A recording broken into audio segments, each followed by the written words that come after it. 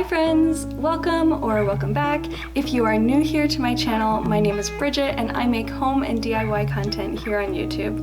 I'm so glad to have you along for the journey, and if you haven't already, go ahead and follow me on Instagram as well at @ByBridgetDIY. Every single like, share, subscribe, comment, they all mean the world to me as this is still a pretty new channel. Thanks so much for supporting me in this journey. Let's get going. If you've been here for a while, you may already know that I love reusing items either from a thrift store or maybe just things that I already have in my home, and I love just turning them into something new, perhaps changing their function completely and making it into something more beautiful that you'll actually want in your home. I'm really looking forward to showing you what we're going to do with a piece today. If you saw my first thrift flips video a few weeks ago, you'll remember that I took apart a $5 bar stool and used the legs as the base for a plant stand. Today, I'm going to be taking the seat cushion from that same bar stool and transforming it into a beautiful piece of wall art, but with a twist. Keep watching to see what unique function the final piece serves. Let's do it. So here's the seat cushion that we'll be covering today. As you can see, there's a large tear on the front, but don't worry, when all is said and done, you won't even be able to tell. So our first step is going to be to cut out a piece of fabric slightly larger than the seat cushion itself. I gave it a couple extra inches on each side, and you can see here's the correct side, but for this project we're going to put that side down so that the wrong side is facing up, and then we will gradually be stapling this onto the seat cover to completely cover up the old black piece.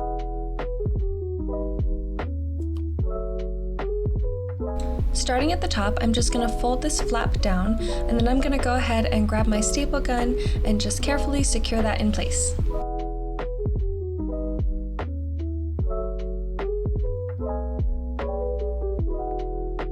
Now I'm moving to the opposite side, and I'm being very careful to pull it super tightly so that there's no bumps or bubbles on the opposite side when we're done. And after I've got that tight, I'm going to do the same thing and staple right in the middle. I'm doing the same exact thing on the other two sides, of course making sure to pull the fabric very taut as I go.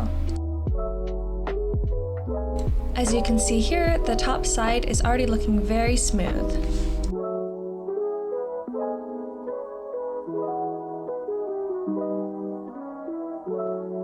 The trick to getting a very smooth edge with no bumps or creases is to make sure that you're always taking the middle point between two of the previous staples and stapling in there. You'll be doing this in smaller and smaller sections as you go, and this way there will always be an equal amount of fabric on each side.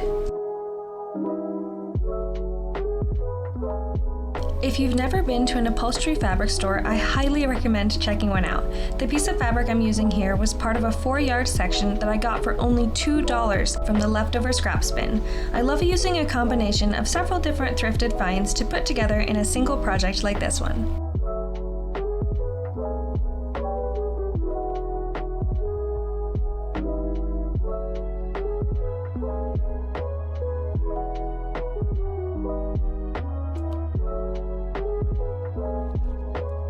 This process is seriously so satisfying, and just look how smooth that finished product turned out on the front side.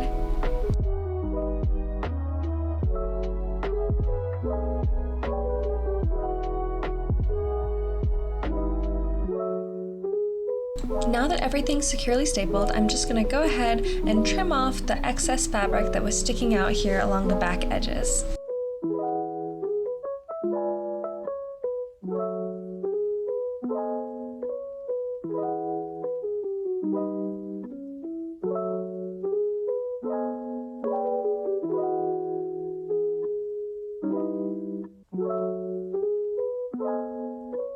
After a little brainstorming, I decided that the final design I wanted to eventually paint on the surface of my cushion would be this cute sunburst pattern. So here I am just sketching it out in advance so I have something to refer to.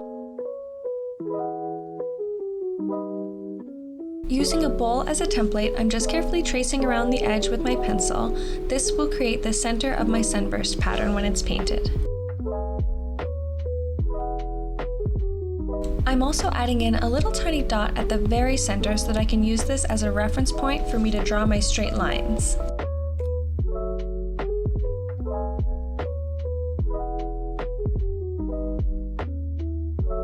For my design, I'll have 16 total solid lines.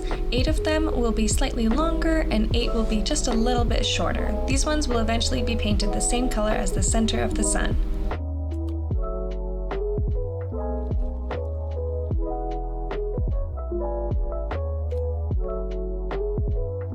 Now I'm going back in and adding dashed lines between the solid ones I've already drawn on.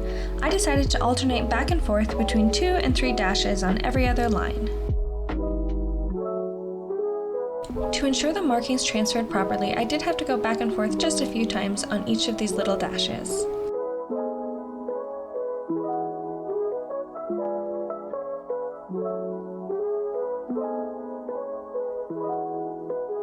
Now for the fun part, I'll be taking some terracotta colored paint, and I'm just going to go in and cover the entire center of the sun as well as those solid lines in this beautiful warm shade.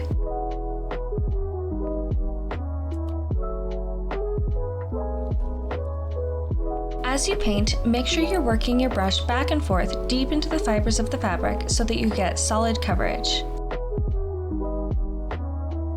Take your time as you're working around the edges so that you get a nice, crisp outer border.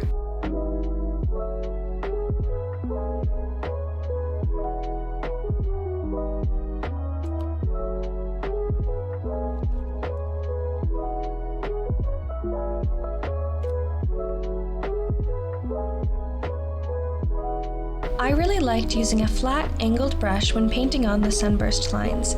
It helped me maintain control of the brush and keep my lines straight.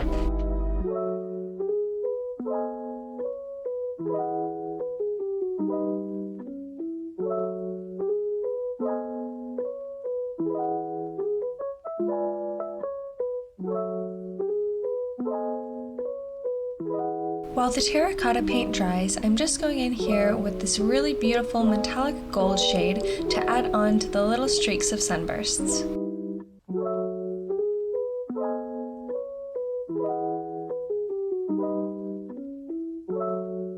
For maximum coverage, I'm just going in here over every single area that I painted previously and adding in a second coat.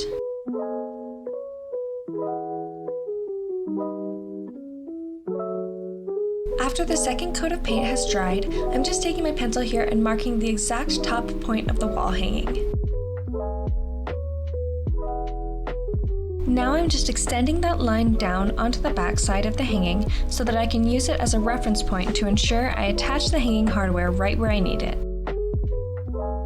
I decided to use a thin but sturdy piece of twine for this part. I went ahead and tied 2 double knots in it, double checking that it would be a good overall length.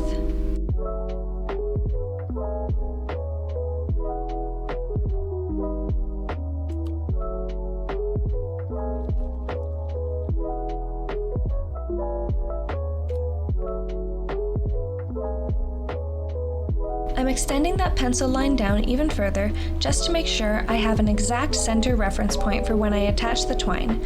I decided to use 2 staples per side for added security. It looks great and is ready to hang up on the wall. As promised, this piece is as functional as it is beautiful. I decided to use it to display all the enamel pins my husband and I like collecting from places we've traveled. I'm so happy with the way this project turned out, and I can't wait to add more adventure pins to it in the future.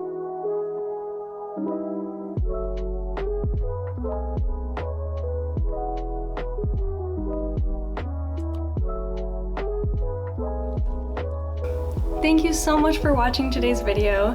If you end up recreating this or something similar, I would love to know what kind of picture you would paint on it or anything else that you would do differently to make it unique to your home.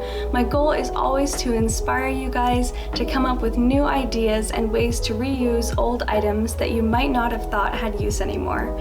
As always, just thanks for being here. Please like, subscribe, and share, and of course, comment below if you have any suggestions for future videos. I'm always open to your feedback. Until next time, see ya!